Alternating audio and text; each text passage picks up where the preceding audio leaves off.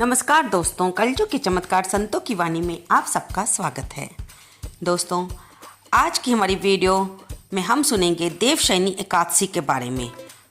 ये व्रत कब शुरू हो रहा है, इसकी पूजा विधि क्या होगी, इस व्रत की कथा क्या होगी, इसके पारण समय क्या रहेगा, इस सब के बारे में हम जानकारी लेंगे इसी वीडियो में। लेकिन उससे पहले यदि आप मेरे चैनल पर नए हैं तो कृपया इसे लाइक कर लें, सब्सक्राइब कर लें, ताकि हर आने वाली नई वीडियो की नोटिफिकेशन आपको मिलती रहे। दोस्तों, आइए अब हम सुनते हैं देवशयनी एकादशी। सनातन धर्म में देवशयनी एकादशी का बहुत ज़्यादा महत्व होता है। विष्णु पुराण के अनुसार इस एकादशी वाले दिन भगवान विष्णु जी 4 माह के लिए विश्राम करते हैं। ये एकादशी हर साल आषाढ़ मास की शुक्ल पक्ष की 11 को आती है, जिसे अन्य नामों से भी जाना जाता है, जैसे देवशयनी एकादशी, आषाढ़ी एकादशी, हरिशयनी एकादशी आदि। आप भी अगर एकादशी का व्रत रखते हैं तो आइए हम जानते हैं कि एकादशी व्रत कब शुरू होगा, इसका पूजा मुहूर्त क्या रहेगा। अगर आप भी एकादशी का व्रत रखते हैं तो आइए जानते हैं आषाढ़ी एकादशी कब है, पूजा मुहूर्त कब है, इसके व्रत का नियम का पालन कैसे करते हैं। इसके लिए पूरी वीडियो को अंत तक अवश्य सुनें। सनातन धर्म के अनुसार हर व्रत के पीछे कोई बड़ा कारण व महत्व होता है। उसी परंपरा के अनुसार आज भी एकादशी व अन्य व्रत महिलाएं व पुरुष बड़ी श्रद्धा से करते हैं। विष्णु पुराण के अनुसार भगवान विष्णु जी 4 महीने के लिए विश्राम के लिए कर जाते हैं। जिस दिन भगवान अपने शयन काल में आते हैं वह आषाढ़ मास की एकादशी होती है। इसी कारण इस एकादशी को देवशयनी या हरिशयनी एकादशी कहा जाता है। इसके अनुसार भगवान क्षीर सागर में 4 महीने का विश्राम करते हैं और देव उठनी एकादशी को जागते हैं। दूसरी ओर कहा जाता है कि इन 4 महीनों में सनातन धर्म में कोई भी शुभ कार्य जैसे शुभ विवाह, मांगलिक कार्य, धार्मिक कार्य आदि नहीं होता है, क्योंकि पुराणों में इस समय किए जाने वाले शुभ कार्यों को वर्जित कहा गया है। बात करें कि अब एकादशी व्रत तिथि कब शुरू होगी, तो दोस्तों एकादशी तिथि 29 जून को प्रातःकाल जल्दी 3:18 पर शुरू हो रही है और 30 जून को सुबह 2:42 पर ये समाप्त हो जाएगी। इसलिए एकादशी का व्रत 29 जून दिन गुरुवार को उदय तिथि होने के कारण रखा जाएगा। इस साल ये व्रत बहुत ही अच्छा बताया जा रहा है, क्योंकि इस दिन भगवान विष्णु जी की विशेष कृपा होगी और क्योंकि एकादशी का व्रत भी गुरुवार को आ रहा है और ये दिन भगवान विष्णु जी को ही समर्पित होता है। इसकी पूजा विधि के बारे में जान लेते हैं। मान्यताओं के अनुसार इस व्रत वाले दिन व्रत रखने वाले व्यक्ति को महिला हो या पुरुष सुबह जल्दी उठकर स्नान के बाद भगवान सूर्य देव को भी जल अर्पित करें। फिर भगवान विष्णु की पूजा करें।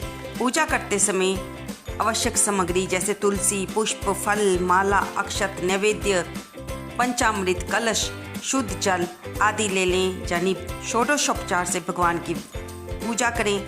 अगर आपने लड्डू गोपाल जी की सेवा ली हुई है तो उन्हें भी स्नान करा के नए वस्त्र पहनाएं, तिलक लगाएं, उनकी भी पूजा करें। फिर इस व्रत की कथा सुनें। उसके बाद भगवान विष्णु जी से आरती करनी है।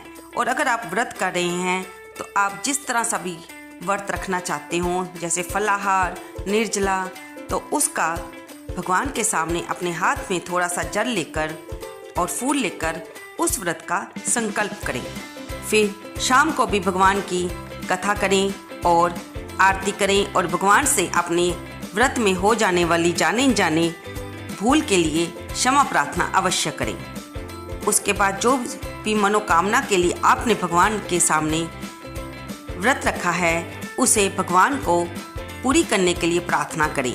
भगवान तो दयालु हैं, वे तो अपने भक्तों की हर इच्छा को पूर्ण करते हैं। विश्वास रखें, श्रद्धा से व्रत को रखें, आपकी मनोकामना अवश्य पूरी होगी। अब हम जानेंगे कि इस व्रत के पारण का समय क्या रहेगा। दोस्तों, एकादशी के व्रत का पारण हर बार द्वादशी वाले दिन किया जाता है और इस बार पारण करने का समय दोपहर 1:48 से लेकर शाम को 4:36 है के बीच में है, यानी कि इसका पारण आपको 30 जून को शुक्रवार के दिन करना है। अब हम सुनेंगे कि इस व्रत की कथा कौन सी है, क्योंकि कथा के बिना कोई भी व्रत पूर्ण नहीं माना जाता। जब धर्मराज युधिष्ठिर ने भगवान श्री कृष्ण जी से पूछा कि आषाढ़ शुक्ल एकादशी का क्या नाम है, इस व्रत की विधि क्या है, किस देवता का पूजन किया जाता है, तब भगवान श्री कृष्ण कहने लगे, हे युधिष्ठिर, एक समय नारद जी ने भी ब्रह्मा जी से यही प्रश्न किया था।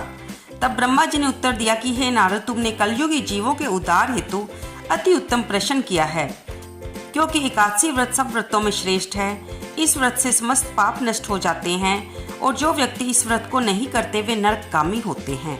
सभी एकादशियों के व्रत श्रेष्ठ हैं और उनके करने से भगवान विष्णु प्रसन्न होते हैं, परंतु उन सब में भी आषाढ़ मास के शुक्ल पक्ष की ये एकादशी तो सबसे अधिक पुण्य प्रदायक है। पद्मा नामक इस एकादशी से संबंधित पुराणों में वर्णित एक कथा मैं तुम्हें सुनाता हूँ, तुम भी ध्यान पूर्वक सुनो। सतयुग में मानधाता नाम का एक सूर्यवंशी राजा था जो सत्यवादी और महान प्रतापी था। वह प्रजा का पुत्र की तरह पालन किया करता था। उसकी प्रजा धन धान्य से भरपूर और सुखी थी। उसके राज्य में कभी भी अकाल नहीं पड़ता था। एक समय उस राजा के राज्य में 3 वर्ष तक वर्षा नहीं हुई और अकाल पड़ गया।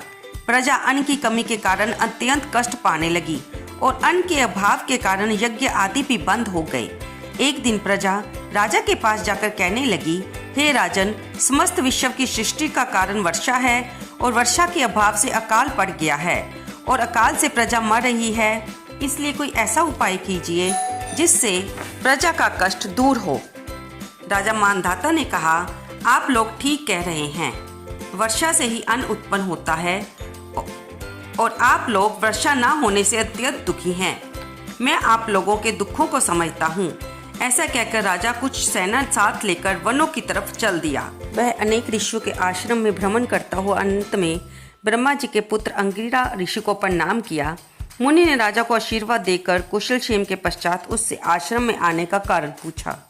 राजा ने हाथ जोड़कर विनीत भाव से कहा, भगवान, सब प्रकार से धर्म का पालन करने पर भी मेरे राज्य में अकाल पड़ गया है, इससे प्रजा अत्यंत दुखी है। राजा के पापों से ही प्रजा को कष्ट मिलता है, ऐसा शास्त्रों में लिखा हुआ है। जब मैं धर्म अनुसार राज्य करता हूँ तो मेरे राज्य में अकाल कैसे पड़ गया? मैं आपसे इसी संदेह का निवारण करने के लिए आया हूँ। कृपया करके मेरा संदेह दूर कीजिए और प्रजा के कष्ट दूर करने का कोई उपाय भी बताइए। राजा की ये बातें सुनकर महिषी अंगिरा ने कहा, हे राजन, ये सतयुग सब युगों में उत्तम है। इसमें धर्म के चारों चरण उपस्थित हैं, अर्थात इस युग में धर्म की सबसे अधिक उन्नति है। लोग ब्रह्म की उपासना करते हैं, परंतु आपके राज्य में एक शूद्र तपस्या कर रहा है। इसी दोष के कारण आपके राज्य में वर्षा नहीं हो रही। इसलिए यदि आप प्रजा का भला चाहते हैं तो उस शूद्र का वध कर दें। राजा ने कहा, महाराज, मैं उस निरपराध तपस्या करने वाले शूद्र को किस तरह मार सकता हूँ? आप इस दोष से छूटने का कोई अन्य उपाय बताइए। तब ऋषि कहने लगे, हे राजन, यदि तुम अन्य उपाय जानना चाहते हो तो आषाढ़ मास के शुक्ल पक्ष की पद्मा नाम की एकादशी का विधि पूर्वक व्रत करो। इस व्रत के प्रभाव से तुम्हारे राज्य में वर्षा होगी और प्रजा सुख पावेगी। इस एकादशी का व्रत इन सिद्धियों को देने वाला तथा उपद्रवों को शांत करने वाला है। अतः प्रजा, सेवकों तथा मंत्रियों सहित तुम इस व्रत को करो। मुनि के वचन सुनकर राजा अपने नगर वापस आ गया और विधि पूर्वक पद्मा एकादशी का व्रत किया। उस व्रत के प्रभाव से वर्षा हुई और प्रजा को सुख पहुंचा। इस हरिशयनी एकादशी का व्रत सभी मनुष्यों को करना चाहिए, क्योंकि ये व्रत इस लोक में भी भोग और परलोक में मुक्ति को देने वाला है। दोस्तों, इस कथा को पढ़ने और सुनने से अकाल मृत्यु के भय दूर हो जाते हैं। आज के दिन तुलसी का बीज पृथ्वी या गमले में बोया जाए तो उसे महापुण्य होता है।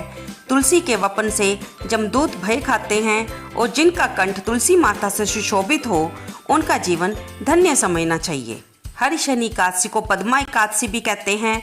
इस व्रत को करने से भगवान विष्णु प्रसन्न होते हैं। मोक्ष की इच्छा रखने वाले मनुष्यों को इस एकादशी का व्रत अवश्य करना चाहिए। अपने कष्टों से मुक्ति पाने के लिए किसी दूसरे का बुरा नहीं करना चाहिए। अपनी शक्ति से और अपने भगवान पर पूरी श्रद्धा और आस्था रखकर संतों के कथनानुसार सत्कर्म करने से बड़े बड़े कष्टों से सहज ही मुक्ति मिल जाती है। ये इस कथा का सार है।